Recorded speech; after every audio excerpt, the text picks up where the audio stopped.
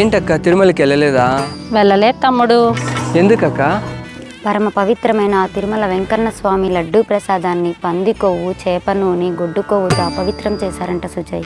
అయ్యో దేవుడా, చివరికి ఆ భగవంతుడి ప్రసాదాన్ని కూడా కలుషితం చేశారా? అందుకే మేము తిరుమలకి వెళ్ళట్లేదు. అక్కడ అపవిత్రం జరిగింది కాబట్టి అక్కడికి వెళ్ళడం కంటే పేద ప్రజలకి సహాయం చేస్తాం. అప్పుడు ఆ గోవిందుడే సంతోషిస్తాడు.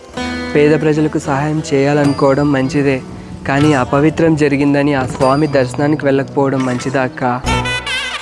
ఇలా జరగాలనే కదక్క మన దేవాలయాల విశిష్టతను దెబ్బతీయడానికి, అపనమ్మకాన్ని సృష్టించడానికి, అక్కడికి వెళ్లకుండా చేయడానికి ఇలాంటి కుట్రలు కూడా జరుగుతుండవచ్చు కదక్క.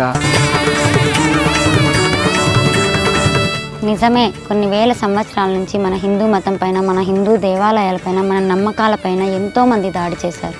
దాడి మాత్రమే చేయగలిగారు, కానీ నమ్మకాన్ని మాత్రం నాశనం చేయలేకపోయారు.